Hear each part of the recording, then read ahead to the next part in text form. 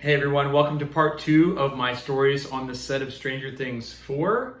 And today's story is about Volume 2, Episode 8, entitled Papa.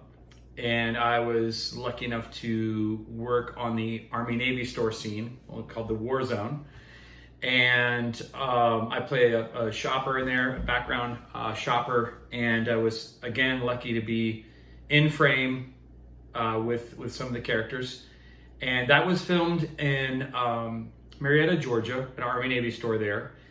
And let me set the scene for you. It was about 95 degrees in Atlanta summer heat, and we went into costuming, and I was wearing a trucker hat, similar to this style, a long sleeve plaid shirt with a members only jacket over it, which was pretty cool actually, and khaki pants and kind of work shoes.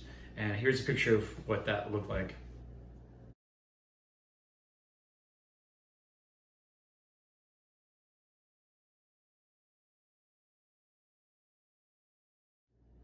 So I'm wearing that outfit, and I walk in the Army-Navy store, and there's no air conditioning in there. There's fans blowing, so there's some air circulating. But as you know, when we go to film, when you film on the set, you shut down the air during filming, so you don't have excessive noise and stuff like that. So again, picture that, 95 degrees outside in Atlanta, turn the air conditioning off inside of this big Army-Navy warehouse, basically a metal shack, and just sweat dripping down the whole day. But you take the bad with the good, right? You're on the set of Stranger Things 4, and it was awesome. When I arrived there, I saw Dustin for a moment. I even saw some of the other people that weren't in the scene. I thought I saw Mike for a second. I can't remember, but the people that were in this scene the characters are Dustin, Erica, Robin, Steve, and they're coming into the Army-Navy store to get supplies. All right, now, again, if you don't know the Stranger Things 4 story, you haven't watched it yet, there might be a couple spoilers here, but basically, the whole town of Hawkins is trying to arm themselves because they think Eddie is the killer. And he's not, but they think he is. So everybody, all these redneck town folk are going in and grabbing weapons or whatever they can do. So the first scene that I filmed was when the kids are coming into the Army-Navy store.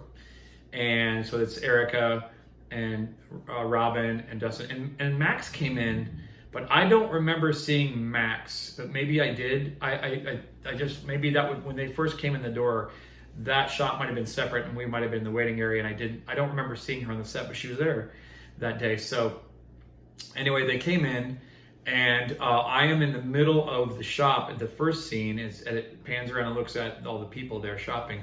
I am where the Jeep is. There's a parked Jeep in the middle of the store, and I'm rummaging through stuff in there.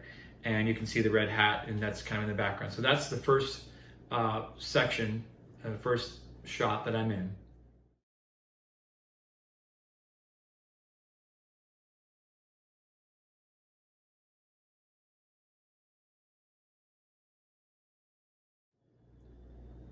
And then we did a couple other different shots from different angles of the kids going down the aisle and getting supplies. Like when Erica's knocking the thing off the shelf right into her cart, I was like over a different way. I wasn't in that shot, but I was there for all that. And the next thing that happens is that Steve comes around the corner. He's putting his jacket on, and he comes up to talk to Robin.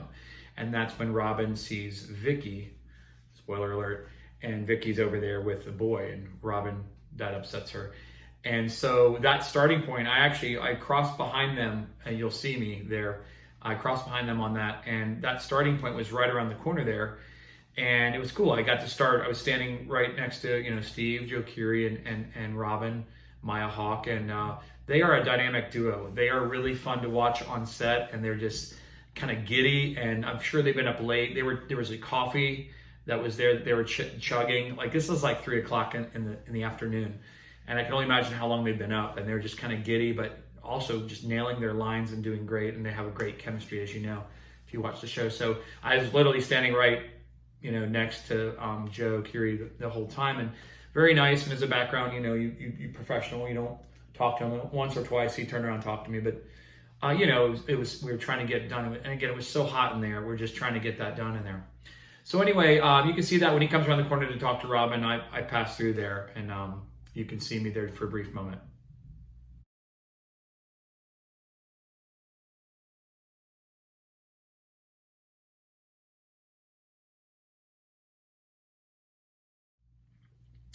So then there's another scene where Erica, the Jocks show up, right? And of course they're looking for Eddie, and Erica has a shopping cart, and she's pushing. She comes one way, and she sees the Jocks. She's like, "Oh no!"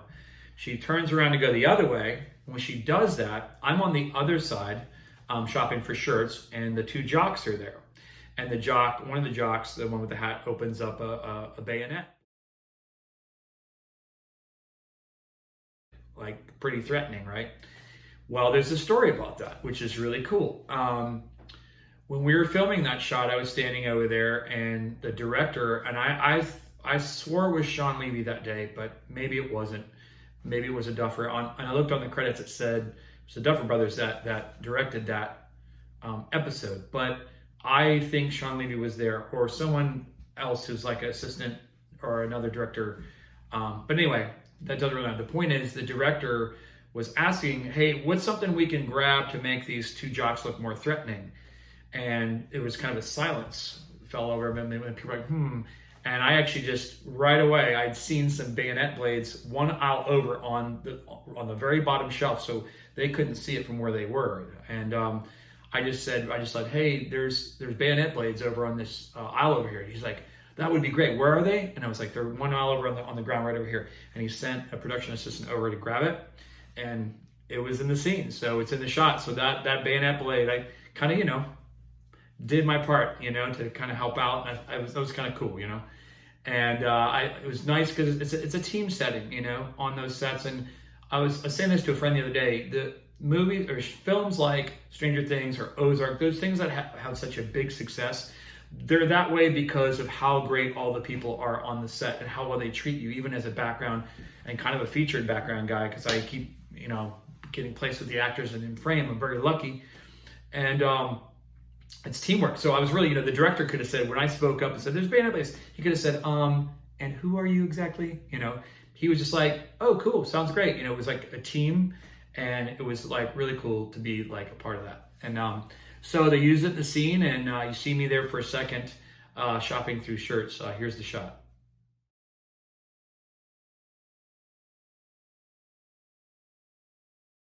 That was really a fun day, and even though it was so hot in there, everybody worked really hard. Nobody really whined or complained about it at the time, and it was a great thing. So that's it. That's the fourth and final scene that I'm in for season 4. Again, to recap, if you want to see the other scenes that I'm in, go to my previous video a couple posts ago, and where I'm talking about where I'm Max's bus driver in episode 1. And I'm also a teacher in the hallway with the green sweater in episode 1 during the big running up that hill scene, the slow-mo scene. That's amazing. And also I'm one of the sheriff officers that are arresting the young Victor Creel. 2 sheriffs are arresting him. I'm crossing behind them and walking up the stairs. That's me. And then this Army-Navy shot. It was so much fun to be in, and I'm really looking forward to it. I know the Duffer's going to be writing the script in August. And so my guesstimation is they'll start filming end of the year, beginning of next year, not sure.